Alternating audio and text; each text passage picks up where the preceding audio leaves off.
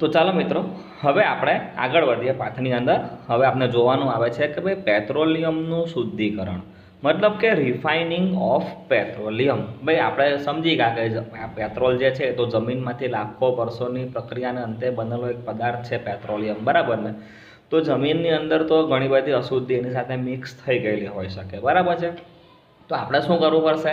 આપણે આ પેટ્રોલિયમને યુઝ કરવું હોય તો સિમ્પલ વસ્તુ છે કે ભાઈ એને શુદ્ધિકરણ કરવું પડશે, એને શુદ્ધ સ્વરૂપમાં આપણે ફેરવવું અત્યંત આવશ્યક છે, બરાબર ને? તો આ કરવાનું કેવી રીતે તે જરા જુઓ. શું કહે છે કે પેટ્રોલિયમ જે છે એ ઘેરું તૈલીય પ્રવાહી છે, એકદમ ઘેરું છે, ઘેરા કલરનું છે, ઘટ્ટ કલરનું છે, તૈલી પ્રવાહી છે.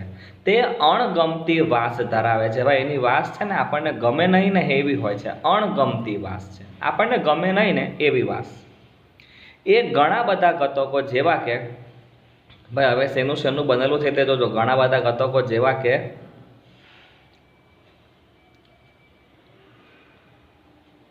વાયુ, પેટ્રોલ, ડીઝલ, ઊંજણ તેલ તથા મીણ વગેરેનું મિશ્રણ છે.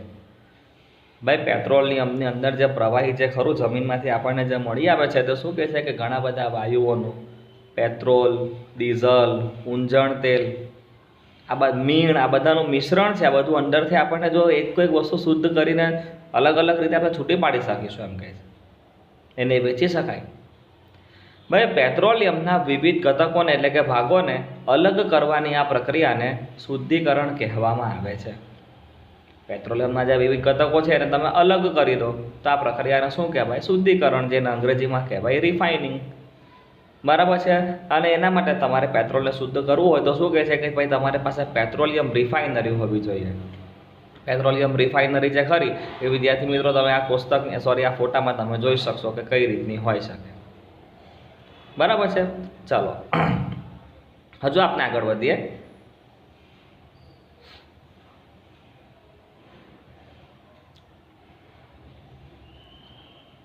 ચાલો શું કહે છે સમજીએ કે ભાઈ પેટ્રોલિયમ છે, પેટ્રોલિયમ અને કુદરતી વાયુમાંથી આપણને ઘણા બધા ઉપયોગી પદાર્થો મળે છે.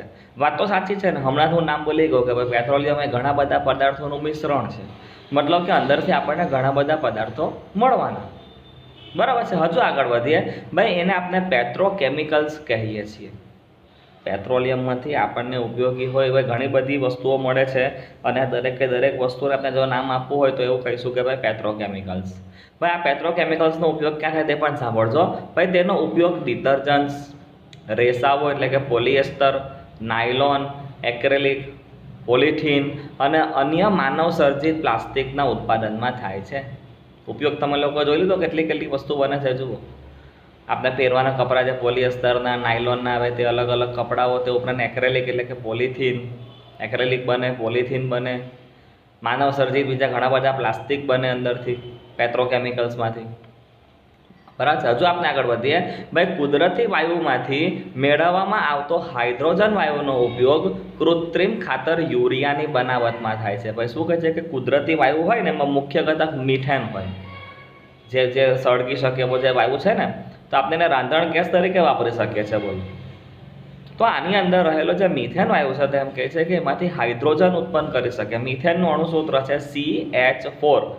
સી એટલે કાર્બન, એચ એટલે હાઇડ્રોજન, તો તેમાં હાઇડ્રોજન રહેલો છે. તો આ હાઇડ્રોજનનો વાયુ, આ જે હાઇડ્રોજન વાયુ છે એનો ઉપયોગ આપણે કૃત્રિમ ખાતર યુરિયા બનાવવા કરી શકીએ છીએ. યુરિયાનું અણુસૂત્ર આવે NH3, બરાબર છે. હજુ આપણે આગળ વધીએ. ભાઈ પેટ્રોલિયમના બહોળા વ્યાપારિક મહત્વને લીધે એને કાળું સોનું પણ કહેવામાં આવે છે. ભાઈ પેટ્રોલિયમ જમીનમાંથી ઘટ્ટ કલરનું મળે છે, થોડા ભૂખરા પડતા કાળા રંગનું હોય, અને એ તમે સમજી શકતા હશો કે જે પેટ્રોલિયમ છે એમાંથી કેટલાય પ્રકારના પેટ્રોકેમિકલ્સ અંદર મિશ્રણ થઈને જ પડેલા હોય છે. એ દરેક વસ્તુને આપણે ધારો કે જમીનમાંથી પેટ્રોલિયમ મેળવીને રિફાઇન કરીને એને શુદ્ધ કરીને વેચીએ તો આપણે કેટલું બધું કમાઈ શકીએ છીએ, બરાબર ને? એક વસ્તુ જે હું ઉપર બોલી ગયો તે ઘણી મોંઘી આવે છે ભાઈ, એટલે આને છે ને ભાઈ કાળા રંગનું હોવાથી એને કાળું સોનું પણ કહેવામાં આવે છે. જુઓ, બરાબર છે. હવે આપણે આગળ વધીએ છીએ અને કુદરતી વાયુ જોવા તરફ જઈ રહ્યા છે. નેચરલ ગેસ એ ક્યાં મળે એ તમને મેં આ ચેપ્ટરમાં આગળ સમજાવ્યું છે કે ક્યાં હોય, બરાબર ને? ખનિજ તેલના જે કૂવા હોય ને તો એટલે કે તેલ નીચેની તરફ હોય, અને આ કુદરતી વાયુ છે એટલે વાયુ શું હોય કે ઉપરની તરફ આવી ગયેલો હોય, પ્રવાહી નીચે રહેશે, વાયુ ઉપર આવી જશે. અને કુદરતી વાયુનો હમણાં થોડીક વાર પહેલાં પણ હું બોલી ગયો કે કુદરતી વાયુની અંદર મુખ્ય સ્ત્રોત તરીકે એટલે કે મુખ્ય વાયુ તરીકે એમાં મિથેન વાયુ હોય છે કે જે સળગી શકે એવો વાયુ છે, મતલબ કે આપણે એનો બળતણ તરીકે ઉપયોગ કરી શકીએ. બરાબર છે. ચલો વાંચું તું સાંભળતા રહેજો કે ભાઈ કુદરતી વાયુ ખૂબ જ અગત્યનું અશ્મિ બળતણ છે, કારણ કે તેને પાઇપલાઇન દ્વારા વહન કરવો સરળ છે. ઊંચા દબાણ હેઠળ કુદરતી વાયુને દબાણયુક્ત કુદરતી વાયુ એટલે કે કોમ્પ્રેસ્ડ નેચરલ ગેસ એટલે કે CNG તરીકે સંગ્રહ કરવામાં આવે છે.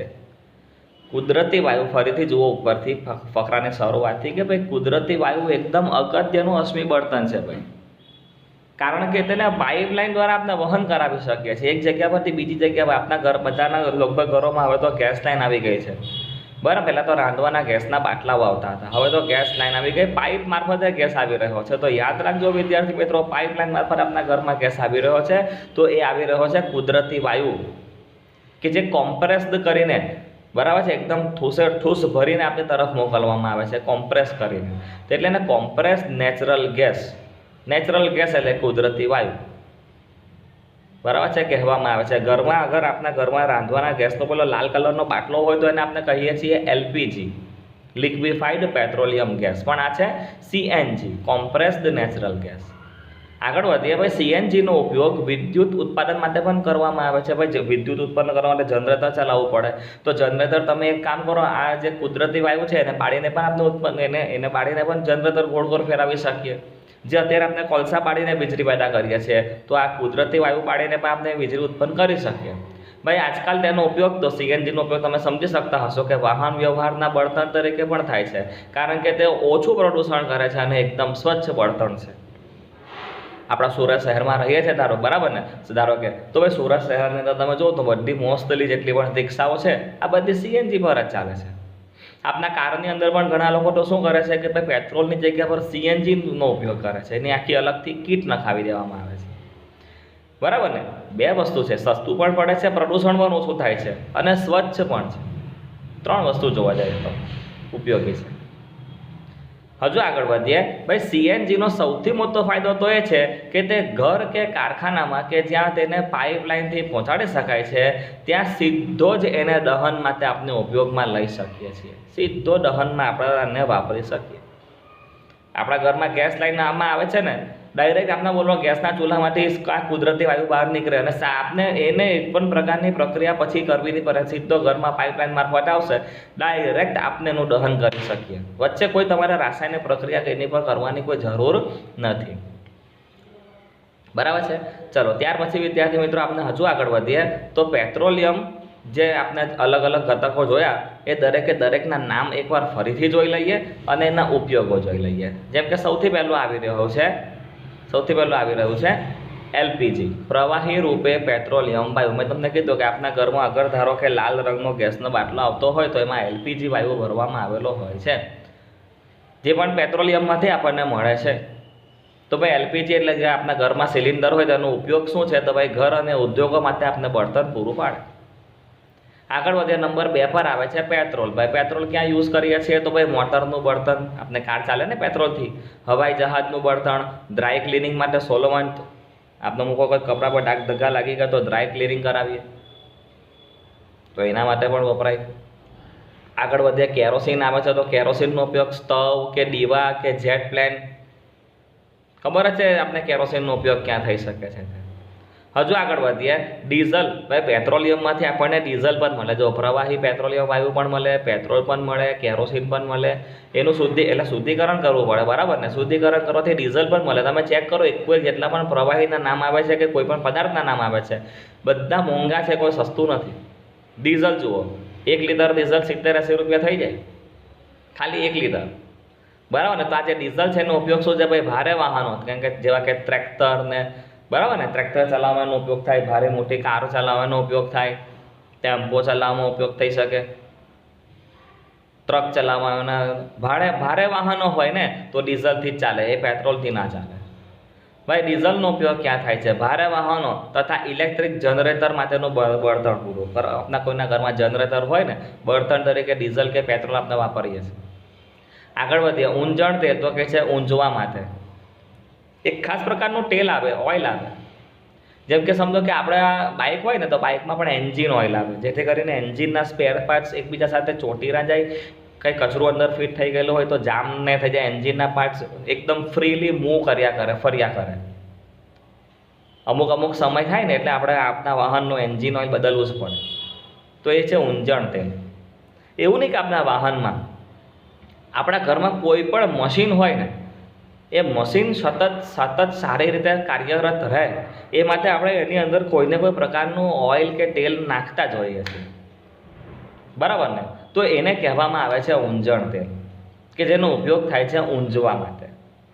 હજુ આપણે આગળ વધીએ તો આવી રહ્યું છે પેરાફિન મીણ, જેનો ઉપયોગ થાય છે મલમ, મીણ, વેસેલિન. આ શિયાળામાં તો વેસેલિનની કેટલી જરૂર પડે, બરાબર ને? તો આ બધી વસ્તુ બનાવવા એનો ઉપયોગ થાય છે.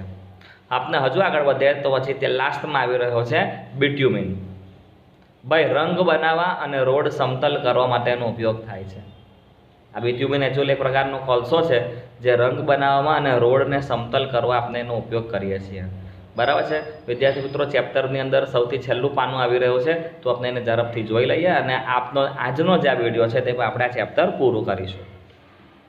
ભાઈ આપણે આગળના ફકરામાં આગળના પેજ પર એવું જોઈ ગયા કે કુદરતી વાયુ જે છે તો આપણે ગેસ લાઇન મારફતે ડાયરેક્ટ ઘરે લાવી શકીએ અને સીધો જ એનો બળતણ તરીકે ઉપયોગ કરી શકીએ છીએ, બરાબર ને? તો શું કહે છે કે આવી પાઇપલાઇનની વ્યવસ્થા દેશની અંદર દરેક જગ્યા પર નથી ભાઈ, અમુક સ્થળો પર જ છે. તો સ્થળના નામ આપેલા છે, જુઓ કે ભાઈ પાઇપલાઇનની આવી વ્યવસ્થા એટલે કે નેટવર્ક વડોદરા ગુજરાતમાં આવેલું છે, ત્યાં દિલ્હીના કેટલાક ભાગ તથા અન્ય સ્થળોએ આપણે જોઈ શકીએ છીએ, સુરતમાં પણ જોઈ શકીએ છીએ, પણ ખબર નહીં નામ નથી આપણું. આગળ વધીએ છીએ. ઘણા બધા રસાયણો તથા ખાતરોના ઉત્પાદનમાં પ્રાથમિક ઘટક તરીકે પણ કુદરતી વાયુનો આપણે ઉપયોગ કરીએ છીએ. રસાયણ બનાવવા માટે, ખાતરો બનાવવા માટે પણ આ કુદરતી વાયુ આપણે વાપરીએ છીએ. ભારતમાં કુદરતી વાયુના ખૂબ મોટા સંગ્રહ સ્થાનો છે.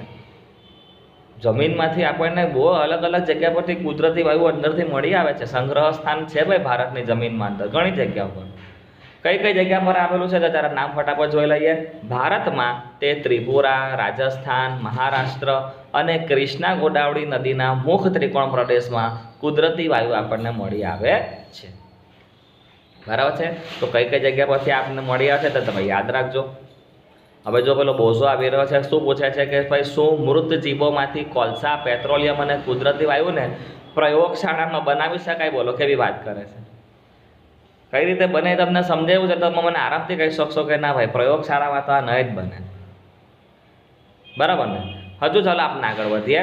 ભાઈ તો પેલી પહેલીને જવાબ આપે છે, જુઓ કે ભાઈ ના, એમની બનાવટ છે ને એ અતિ ધીમી પ્રક્રિયા છે અને એમની બનાવટ માટેની પરિસ્થિતિઓનું નિર્માણ આપણે પ્રયોગશાળામાં કરી શકતા નથી,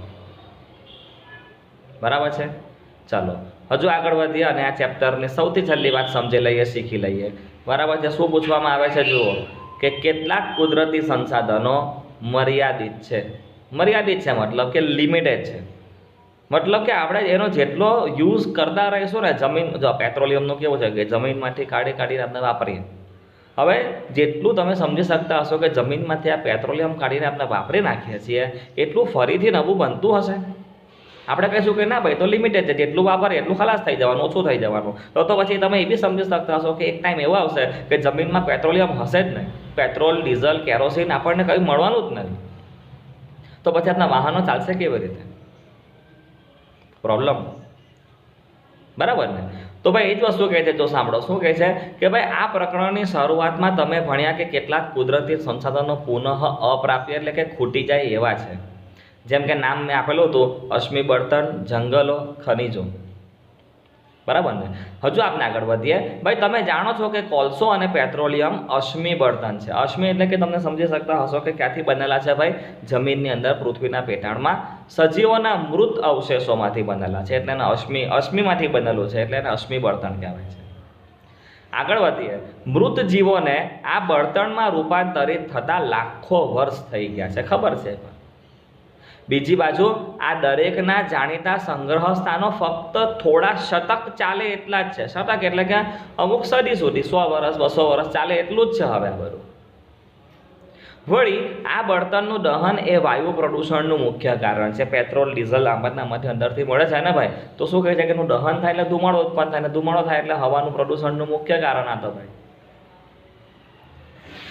હજુ આપણે આગળ વધીએ તો શું કહે છે કે ભાઈ તેમનો વપરાશ ગ્લોબલ વોર્મિંગ સાથે પણ સંકળાયેલો છે. ભાઈ એનો જેટલો વપરાશ કરીશું વાતાવરણમાં કાર્બન ડાયોક્સાઇડનું પ્રમાણ વધે, જેટલો કાર્બન ડાયોક્સાઇડ વધવાનો વાતાવરણમાં એટલું ગ્લોબલ વોર્મિંગ થવાનું.